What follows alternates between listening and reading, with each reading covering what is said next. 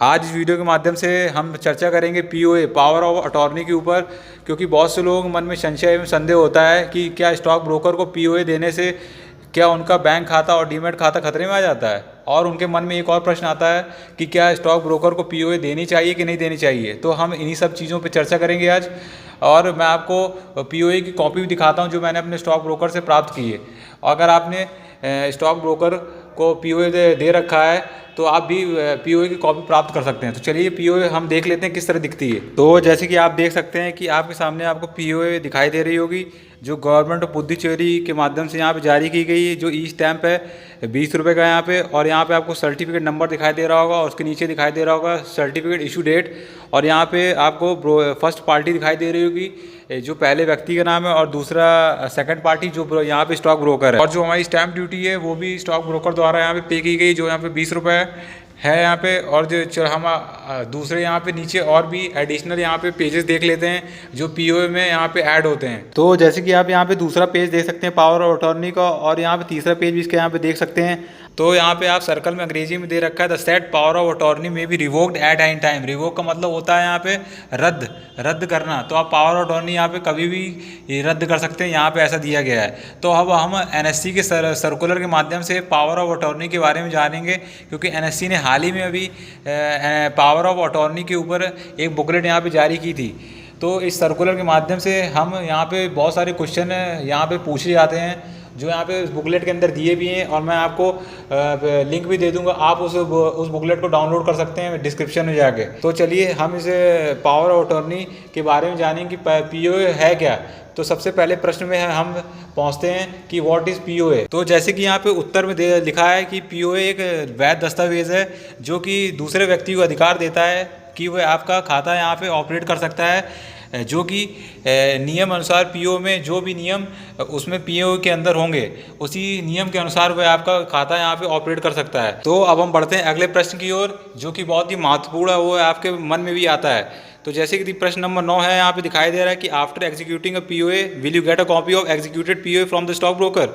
तो पीओए की शुरुआत होने के बाद क्या आपका स्टॉक ब्रोकर आपको जितनी भी कॉपी होती है पीओए की, क्या आपको वो देता है वो।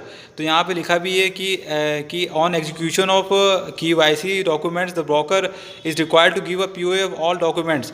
तो जो ब्रोकर होगा वो आपको जितनी भी कॉपी होगी पीओए से संबंधित वह आपको यहाँ पे प्रदान करेगा, और जितनी भी कॉपी होगी आपको पीओए की उससे कलेक्ट करनी है। तो यहाँ पे आप मेरी पीओए की कॉपी भी देख सकते हैं जो मैंने अपने ब्रोकर से यहाँ पे प्राप्त की है।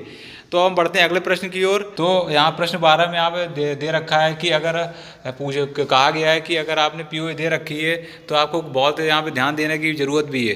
तो पीओए का मतलब जैसे आप जानते ही कि मतलब जो दूसरे व्यक्ति के पास अधिकार हैं आपके बैंक अकाउंट डीमैट अकाउंट को यहाँ पे हैंडल करने का।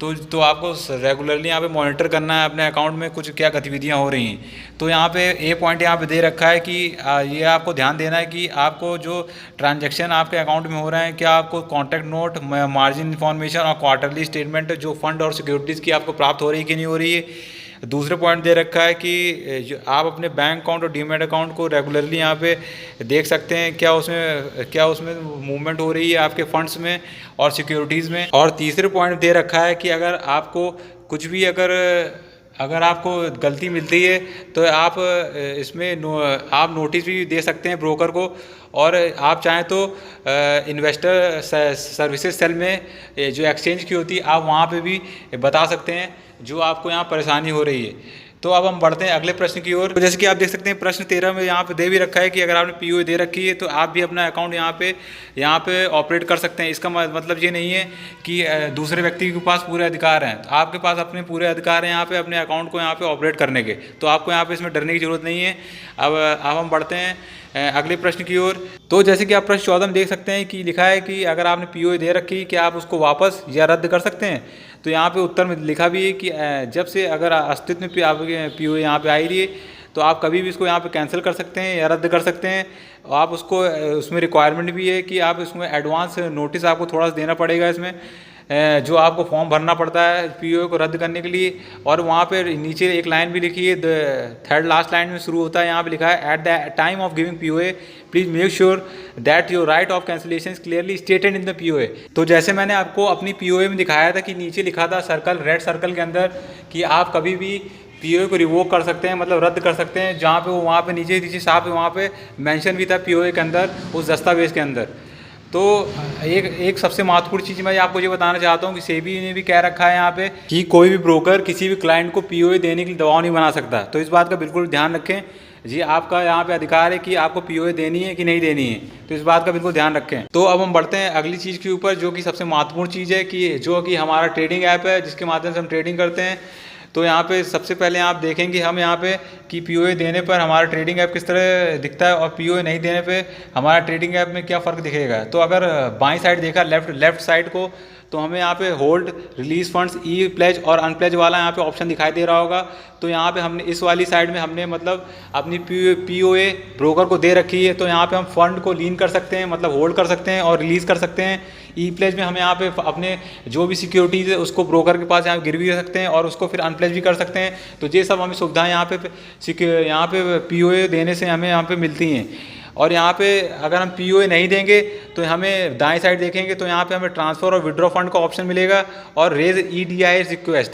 तो यहाँ पे हमें जो ट्रांसफ़र फंड को हम खाली ट्रांसफ़र कर सकते हैं अपने बैंक अकाउंट से और से ट्रेडिंग अकाउंट में और विड्रॉ कर सकते हैं, और जिससे हमारा यहाँ पे होल्ड और रिलीज़ वाला फीचर यहाँ पे हटा दिया जाएगा और यहाँ पे ट्रांसफ़र और विड्रॉ वाला यहाँ फीचर आ जाएगा होल्ड और रिलीज़ की जगह। और आप नीचे देख सकते हैं ई प्लेज की जगह हमें यहाँ पे अगर अपने शेयर बेचने हैं तो हमें यहाँ पे EDI रिक्वेस्ट पहले यहाँ पे रेस करनी पड़ेगी और हमें अपने शेयर्स को यहाँ पे स्टॉक्स को यहाँ पे ऑथराइज़ करना होगा OTP और MPIN के माध्यम से। तब हमारा जो स्टॉक ब्रोकर होगा तब वो हमारे डीमैट अकाउंट से यहाँ पे शेयर को निकाल पाएगा। तो यहाँ पे हमें ये सुविधा मिलती है और सिक्योरिटी मिलती है तो EDI पीओए नहीं देने से। तो इसका यहाँ पे ये प्लस पॉइंट होता है पीओए नहीं देने से कि हमारा पूरा डीमैट अकाउंट और से जो वहाँ पे बैंक अकाउंट है हमारा पूरा कट जाता है और हमारा स्टॉक ब्रोकर खाली अपने से यहाँ पे मतलब रखता है। जब हम उसको यहाँ पे एक्सेस देंगे तभी वो हमारे डीमैट अकाउंट से यहाँ पे शेयर निकाल पाएगा। और यहाँ पे इस चीज़ में क्या होता है ई प्लेज वाले में, जो कि हमें पता नहीं होता है कि वो हमारे बैंक अकाउंट से कोई भी चार्ज लगा सकता है, कोई फंड काट सकता है और हमारे शेयर भी यहाँ पे निकाल सकता है। कहते हैं सब हैं कि यहाँ पे पीओए देने से ये होता है वो होता है, लेकिन ऐसा नहीं है। पीओए सबकी अलग अलग यहाँ पे कहानियाँ होती हैं, लेकिन हर ब्रोकर यहाँ पे अलग है, लेकिन हमें यहाँ पे अपनी सावधानी खुद ही बरतनी है। तो यहाँ पे मेरी यहाँ पे राय यही होगी कि व्यक्ति यहाँ पे पीओए ना दे, तो यहाँ पे यही सबसे बेहतर है, क्योंकि पीओए देने से यहाँ पे बैंक खाता और डीमैट खाता यहाँ पे थोड़ा यहाँ पे खतरे में थोड़ा सा यहाँ पे आ ही जाता है, क्योंकि स्टॉक ब्रोकर के पास हमारा पूरा एक्सेस है हमारे फंड्स पे और हमारी सिक्योरिटीज़ पे, जिससे हमारा पूरा यहाँ पे जो हमारी जमा पूंजी है उस पर हमारा खतरा बन जाता है पीओए देने से। तो हमें इससे थोड़ा बचना चाहिए और इस बात पे हमें खुद ही सावधानी बरतनी है कि हमें अपने फंड्स और सिक्योरिटी की रक्षा किस तरह करनी है। तो इस बात को बिल्कुल ध्यान रखें और मेरी राय यहाँ पे यही है कि पीओए ना ही दें। तो इस वीडियो के माध्यम से हमने इसमें गहन चर्चा की है पीओए के ऊपर। तो अगर आपको वीडियो पसंद आया तो लाइक करें, सब्सक्राइब करें और कमेंट जरूर करें। और अगली वीडियो मेरी EDIS के ऊपर होगी कि EDIS को रिक्वेस्ट को किस तरह रेज करते हैं। तो अब मैं बताऊंगा कि डीमैट अकाउंट से शेयर को EDIS की रिक्वेस्ट के माध्यम से किस तरह भेजते हैं। तो चलिए अगली वीडियो में मिलते हैं।